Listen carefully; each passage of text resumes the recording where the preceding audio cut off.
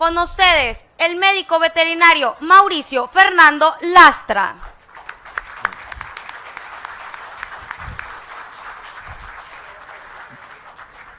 Buenas tardes. Pues gracias por esa, no sabía que había hecho tantas cosas.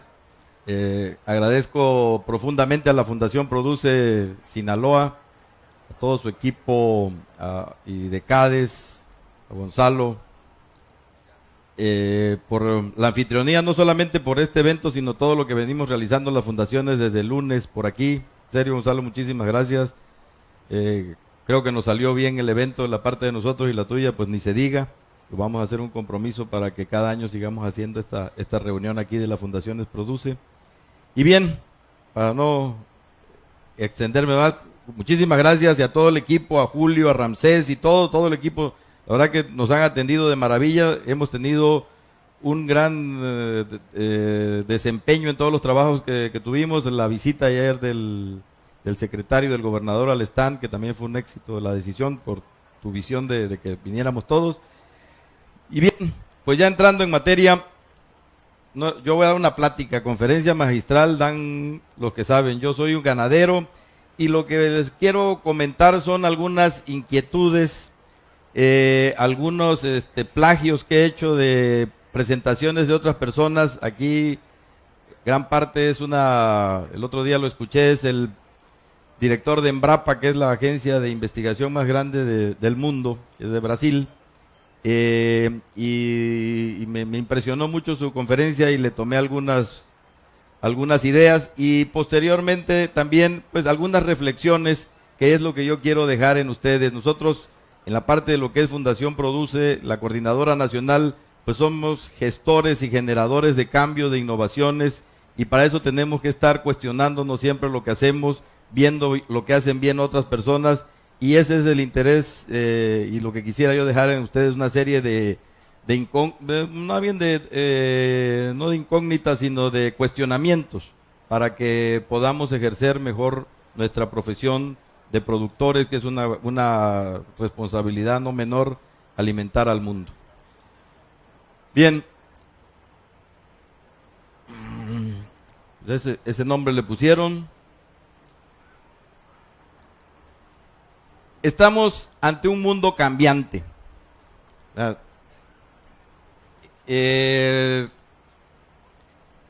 Antes todas las cosas sucedían muy rápido, muy lento, y teníamos más o menos, sabíamos que habían dos grupos, los americanos contra los rusos, y ahí más o menos nos la llevábamos, y que el precio de los productos se daba de acuerdo a la producción, y ahora resulta que ya no es el mundo, ahora sí que ya no es como era antes, no está tan en orden como nosotros pensamos. Hay muchas fuerzas en juego, los cambios son muy rápidos, como vamos a ver algunos ejemplos aquí, y ahora todo influye. O sea, nosotros el precio del maíz está influido por la producción de oro y etcétera, etcétera. Entonces estamos ante un mundo totalmente cambiante, donde todos juegan y a veces no sabemos cómo juegan. Entonces es un juego nuevo donde todos participan, las organizaciones, el gobierno, no se ve muy bien, todo el mundo participa, pero lo importante aquí es el poder de la gente. Actualmente ya quien manda en el mundo es la gente, o sea, la gente organizada. Cada vez nos estamos organizando y cada vez las instituciones, si no se modernizan, van a ser sobrepasada por la gente. Por lo tanto, cuestionamos si realmente hay un orden global o un desorden global.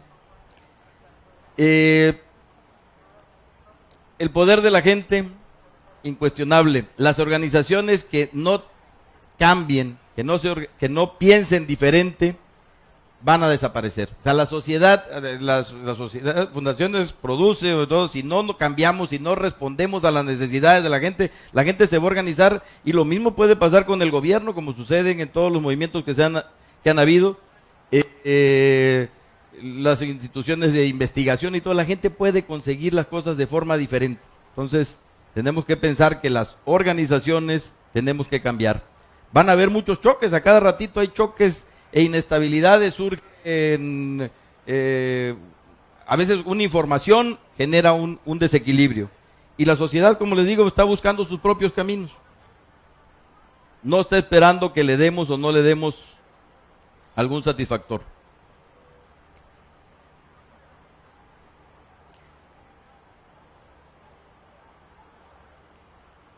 Le decía yo que un mundo cambiante. ¿Hace cuánto empezó el internet?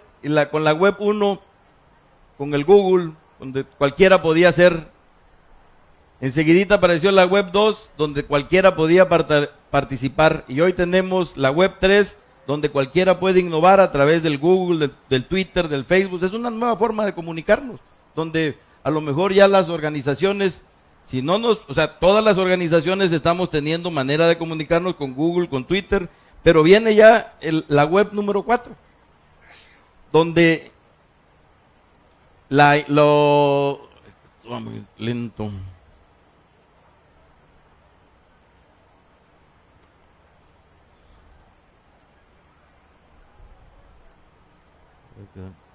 Donde lo importante de la web 4 va a ser la inteligencia colectiva.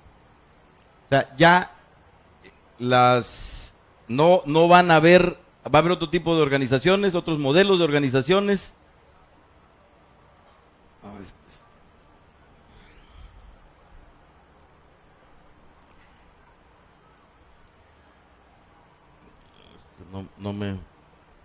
No me hallo con esto.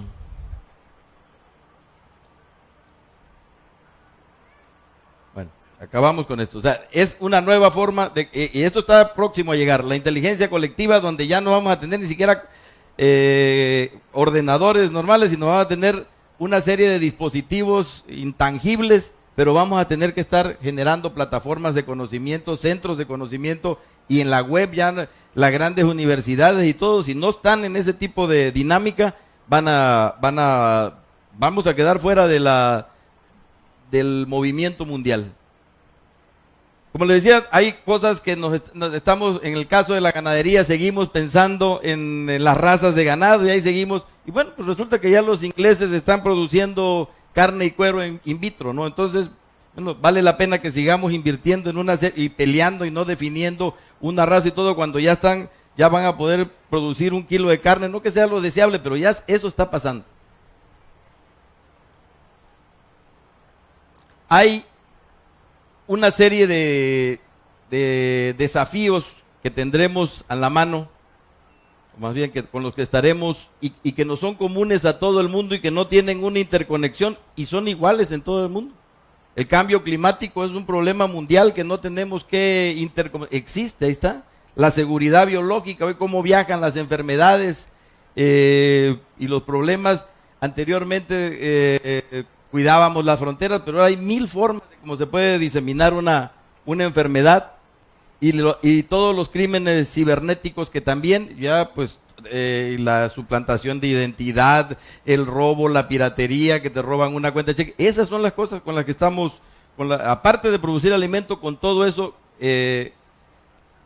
convivimos a nivel mundial. Pues siempre la producción de alimentos ha estado sometida a múltiples presiones, ¿no? Y entonces cada vez se nos está complicando más. Ya no vamos a encontrar sistemas donde nada más se produzca una cosa, sino tendremos que estar pensando en sistemas interrelacionados, donde se produzca grano, pasto, donde se produzcan ganado, y todo tiene que estar interrelacionado. Anteriormente el que producía ganado no le interesaba qué pasaba con el que producía trigo, y el que producía pasto pues a lo mejor no se interesaba por el maíz. Pero ahora todos tenemos que estar interesados, porque tenemos que pensar en rotación de cultivos, tenemos que pensar que todo ese tipo de cosas están interactuando y juegan para la formación de precios, para la estabilidad en los mercados. Entonces se nos complica más, y al final tendremos que también ver la cuestión forestal, que es una oportunidad. Yo estoy aquí, una disculpa para los que son de Sinaloa, pero aquí hay gente de todo el país, entonces hay cosas. A lo mejor aquí están más pegados a la agricultura, pero hay otras partes del país donde podemos y debemos hacer todo este tipo. Y a ustedes también debería ser la cuestión forestal una actividad importante.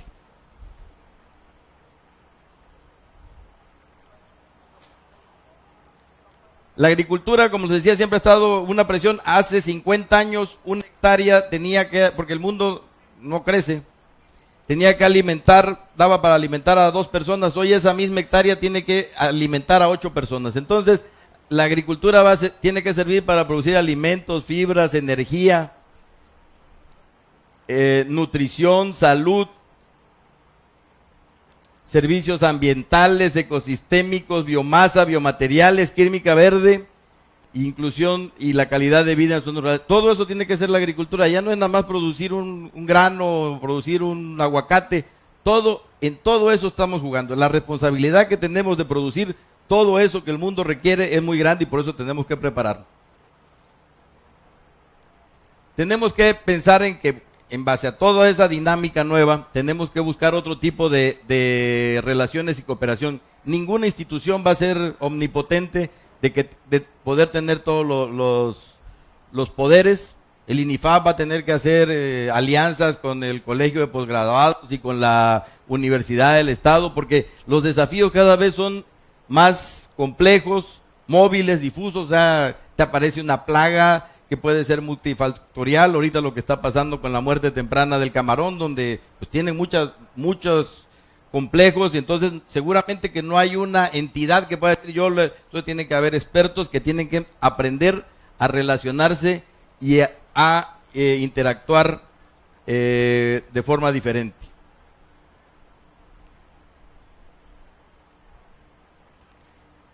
La cooperación institucional, no hay formas establecidas. Las cosas que a veces funcionan en un lugar no siempre van a funcionar en todo. Entonces no podemos, como se dice, no se pueden dar recetas de solución.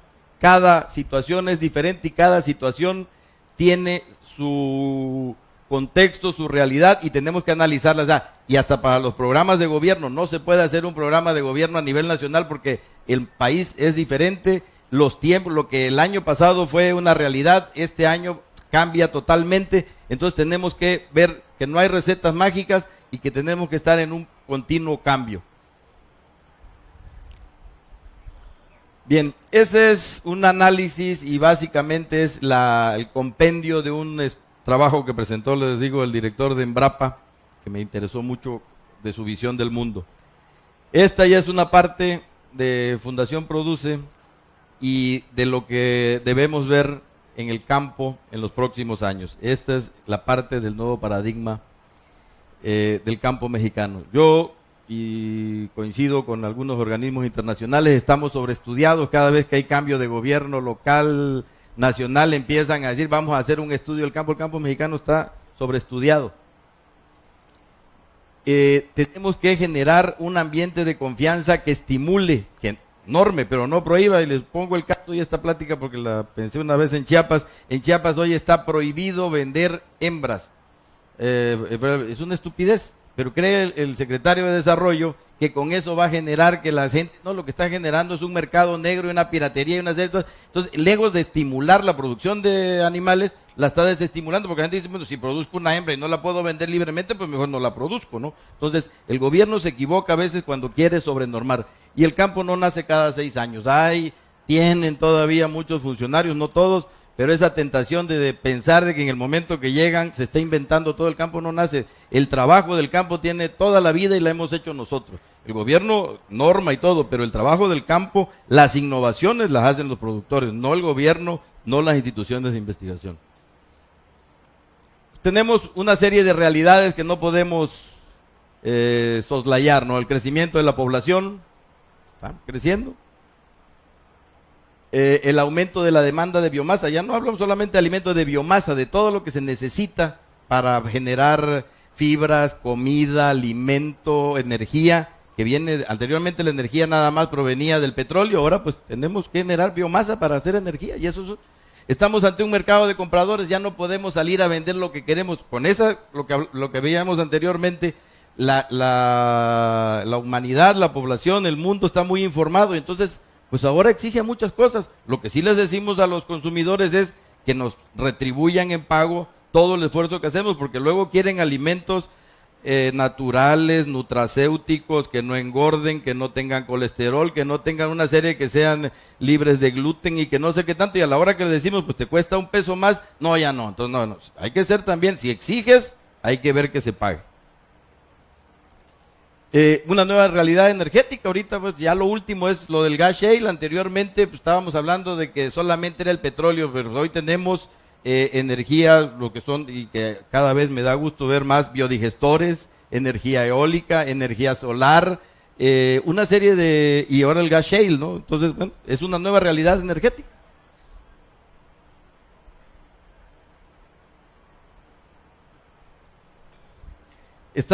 México importa ahorita, se nos está anunciando que ya se va a empezar otra vez a producir fertilizante, pero llegamos a importar el 95% de los fertilizantes y venían de países como de Ucrania, ¿no? Entonces tenemos fertilizantes inapropiados, claro, porque aparte pues nada más hay 2, 3 normalmente y lo que hay en el mercado. Entonces, a mi juicio, inapropiado, claro, ya no hay más tierra, la tierra no crece y cada vez está siendo presionada, las organizaciones ambientalistas y no quieren que se abran nuevas y no debe haber, yo creo que con lo que hay abierto para cultivo alcanza, nada más que hay que hacerlo bien. Precios son volátiles, pues estoy aquí ¿cómo se llama? Tamulando la herida, pues, ustedes lo están viendo aquí, y aparte luego las instituciones internacionales nos dijeron hace 5 años que los precios iban a ir para arriba en los próximos y se equivocaron totalmente. Entonces hay que también tener cuidado con esas predicciones. Hace 5 años dijeron que todo iba a seguir subiendo durante los 10 años, o sea que nos quedarían así, y tienen 5 años que va para abajo, ¿no? El cambio climático, que es una realidad, digo, incuestionable, y la falta de dependencia tecnológica. O sea, realmente, y insisto, ustedes a lo mejor en Sinaloa dicen, no, pues aquí tenemos y por eso estamos muchos aquí aprendiendo de ustedes, pero no es la misma realidad del país. Ayer me preguntaba una periodista que Sinaloa no avanzaba, no le digo, ojalá todo el país tuviera al menos como Sinaloa. O sea, realmente del centro-sur las cosas están totalmente diferentes. Entonces, y mucho de la tecnología está, y uno de los trabajos que tenemos nosotros como fundaciones es la difusión de esas tecnologías, pero nos está pasando 2 cosas. Se difunde, quizás no todo lo que quisiéramos, pero no se adopta, no se apropia. Muchas veces damos un curso, hacemos un día demostrativo y al final de cuentas regresas un año después y nadie apropió esa tecnología. Entonces algo nos está fallando, o a los que transmitimos el conocimiento, o hay un desinterés. Pueden ser las 2 cosas.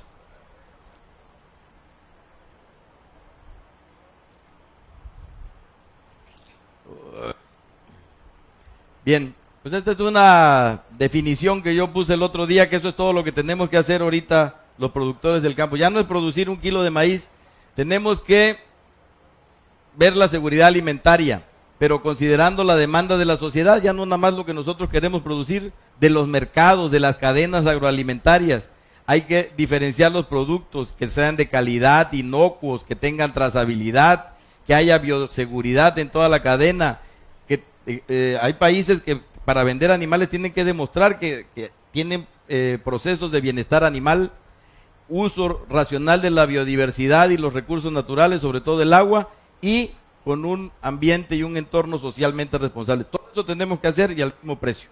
O sea, esa es la responsabilidad que tenemos como agricultores, entendiendo la agricultura como toda la actividad de producción de alimentos. Bien, por mucho tiempo hemos estado, y ahí sí, ustedes criticamos mucho a los gringos y lo único que queremos es parecernos a los gringos. Siempre queremos producir chorrocientas mil toneladas de maíz, pero a veces no necesariamente con la mejor rentabilidad. Y eso porque los americanos tienen sus modelos, entonces a lo mejor, no sé, pero a lo mejor producir aquí 10 toneladas de maíz a un costo de 5 sea más rentable que producir 15 a un costo de 13. Y con una serie de erosión y una serie de cosas. Entonces, en el caso de la ganadería, nosotros producimos leche en el trópico, vacas que producen 10 litros, y tú hablas con uno de Chihuahua y se ríe, sí, nada más que nos cuesta 2 litros producir, nos queda 8, aquellos producen 60, pero les cuesta 55, entonces, mucho más inversión. Entonces, yo creo que tenemos que optimizar económicamente todos los procesos productivos y no exigir una maximización biológica. O sea, hemos sometido a un estrés continuo a las tierras, a las plantas y a los animales, con tal de lograr una maximización biológica que creo que no es la forma más adecuada de producir.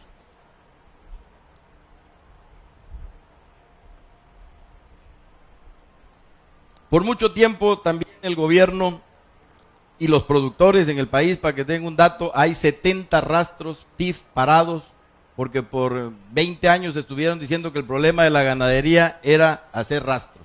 El peor negocio de toda la cadena es el rastro, ¿no? Y hay 70, yo tengo uno de ellos, está parado ahí en Palenque.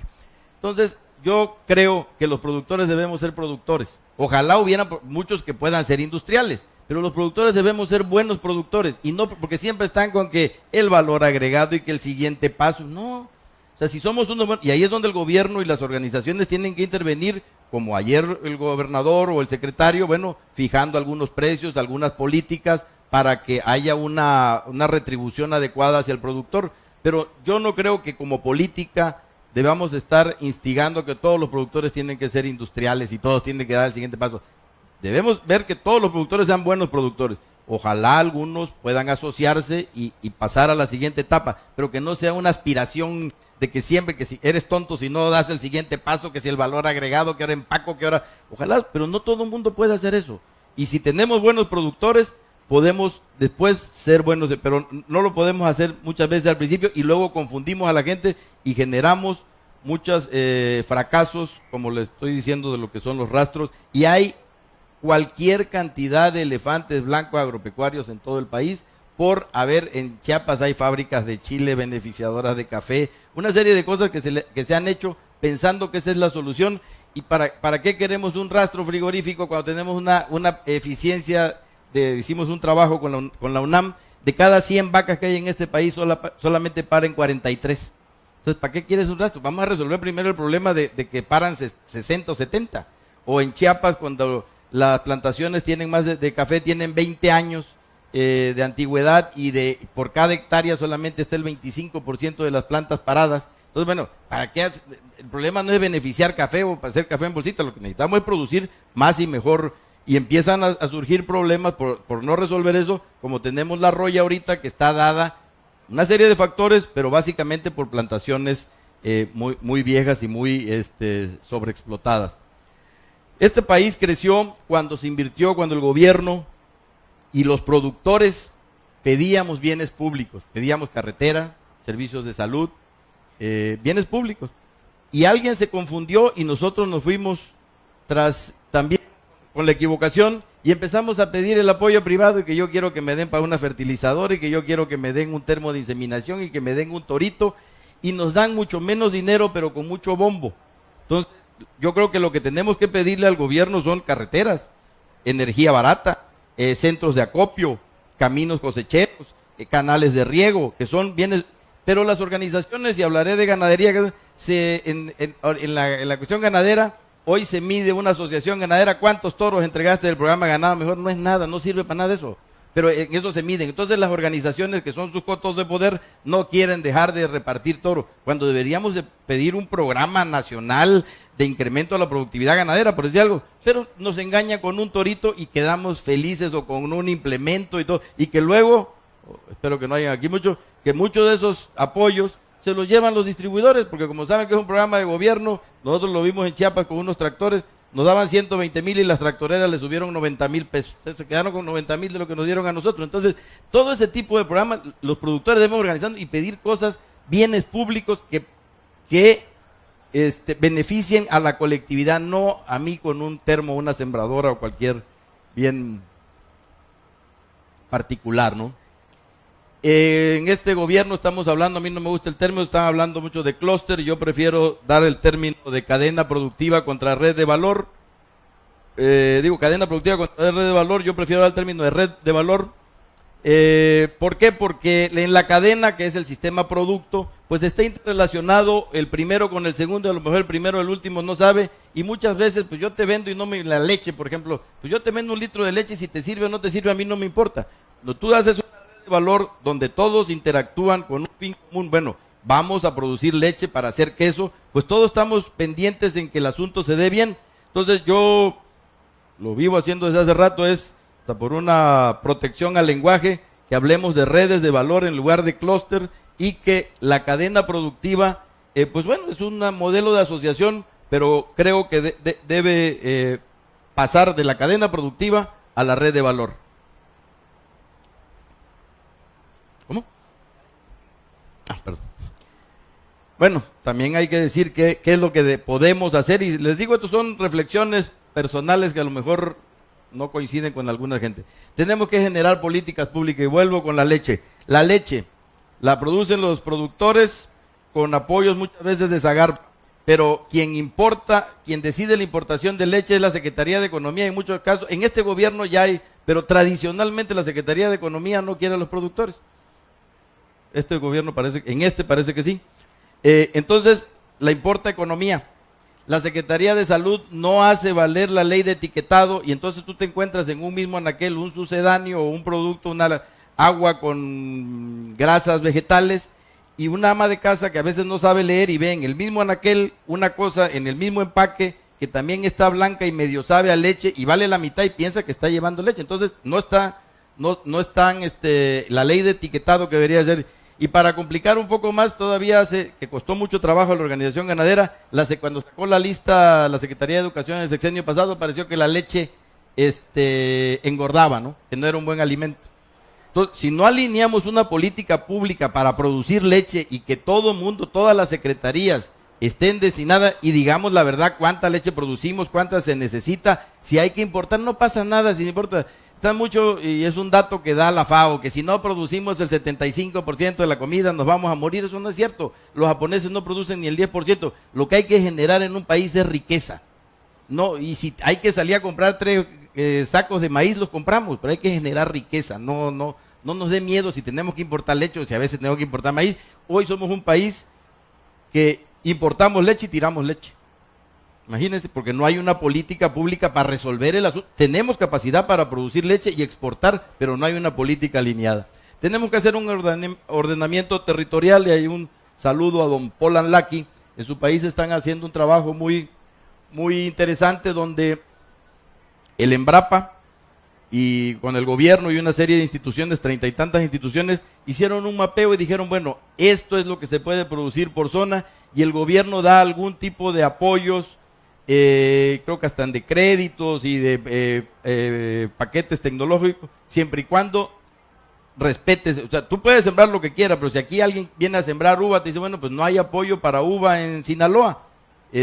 Oye, pues yo quiero producir ganado charolé en Chiapas, no hay apoyo porque ese no se da allá. Entonces hay un ordenamiento territorial del gobierno y no es una imposición. Tenemos que aprender de los expertos de saber qué es lo que sí se puede, porque hemos hecho en esos ensayos que hacemos, a veces perdemos mucho dinero, se pierde mucho tiempo, y el mundo, como veíamos, ya no está para hacer esto. Tenemos que hacer programas que jalen y no que empujen. Pongo el caso Procampo, o sea, por Procampo, bueno, creo que ahorita ya cambió. Yo tiene rato, a lo mejor me hicieron caso, tiene rato que lo estoy diciendo esto. Te daban por sembrar, o en el caso del Progan, te daban